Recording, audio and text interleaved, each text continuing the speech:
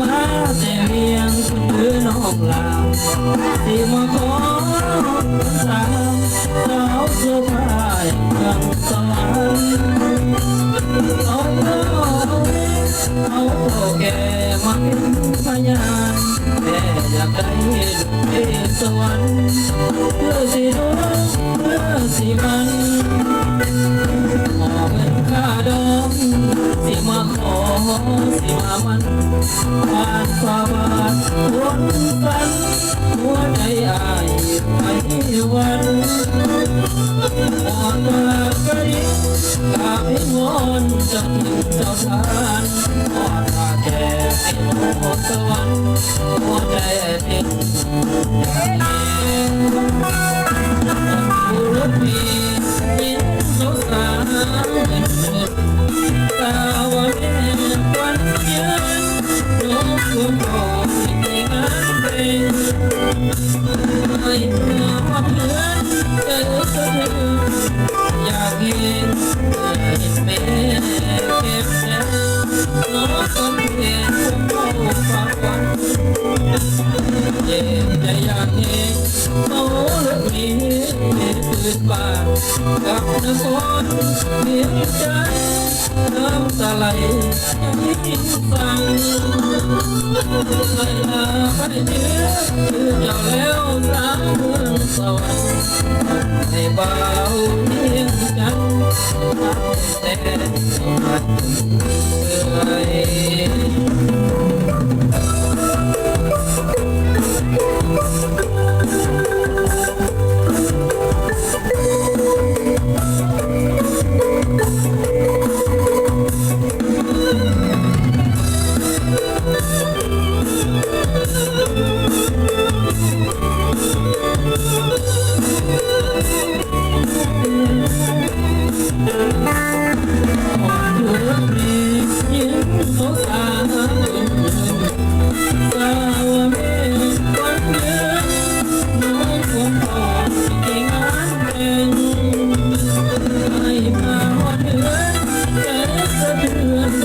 อยากเห็น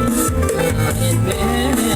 เก็บเดินน้องคนแก่ของเขาว่าความแต่อยากเห็นเมาเลือดนี้คืนบ้านกับนครเพียงใจน้ำตาไหลใจฝันอายลาไม่เชื่อโตแล้วสาวสวรรค์ให้บ่าวเพียงจันทร์ทำแม่มาถึงเรื่อย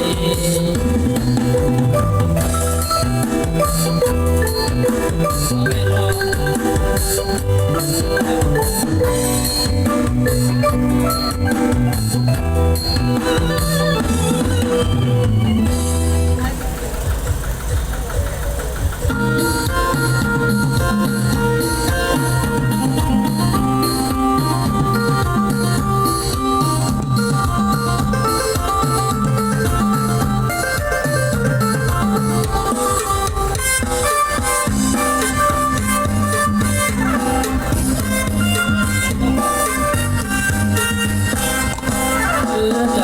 แค่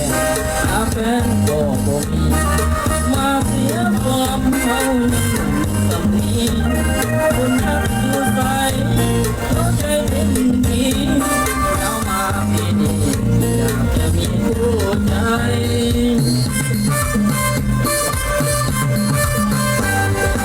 คอยเลือกเธออยู่ในคนใดบนบ่ลายไม้ใจก็บ่ได้จากบ้านคนเหนือเพราะเมื่อหัวใจ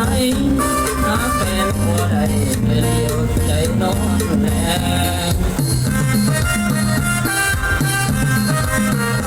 เมื่อ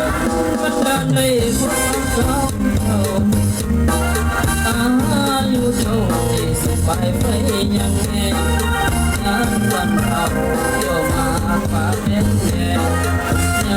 มแต่งตัวเล่นแทงใจสาวตอนนี้เสียสิพี่น้องยังจมหากได้พบเราก็เป็นสาวขึ้นใหม่เจ้าคงจะงามโสภาของเขาใดคุณพลายว่าจิตใจเอาน้ำเขา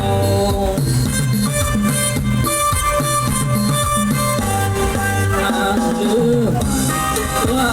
จะไม่เอาบุญแสนแม้ได้เคียงคู่เจ้าว่าสนานั้นไป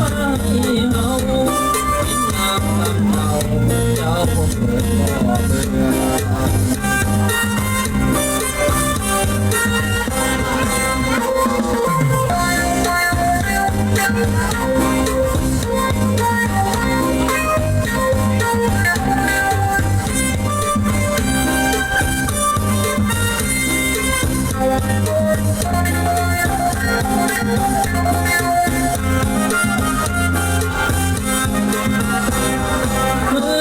อันดาลใจพบพันสาวเท่า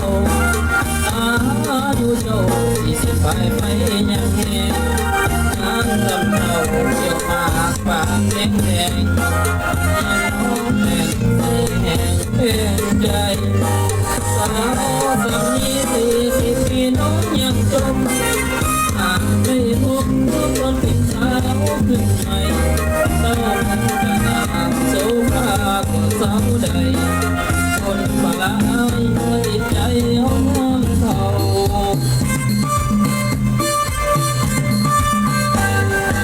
อาจลืมมันก็จะไม่เอาทำดูแฟนแม้ได้เคียงคู่เจ้าว่าสนา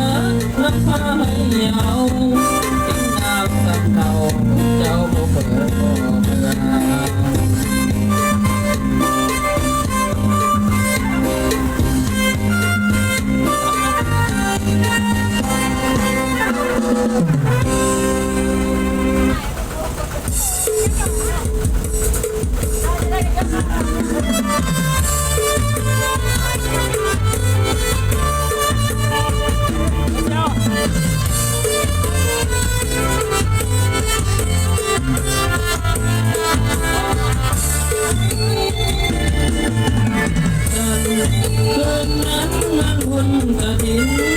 ไอ้นี้ได้พบอยู่หินอันนี้มันงามคืนนั้นขอสักอย่างน้อยลอยหอยยิ้มแสงตาไปเหล่าน้องขายสุราขายยาน้องขายกินไก่ไก่แสงตะเกียงโดนน้อยติวเมียงเมียฉะนั้นน้องนำผู้เคียงอดหนุนสุราปิ้งไก่โอ้เมาอย่างใดทักทายมาหนาวใจหากว่ายิ่งเป็นใจเอาคงได้สมดังใจปองตายในน้องเป็นลูกสาวนาหน้าดำโปรดเถิดนำคำเข้ามาเข้าใจกันใจหาให้ใจสมใจผมยอมรับพันตัวเป็นตายหัวพันอาจารย์เธอนี้นิรันดร์ออกจากคืนนั้นคิดทอดใจจอยสาวตะเกียงนอนค่อยๆคิดทอดพอหาอาสาสมัครขอเป็นเพื่อนใจ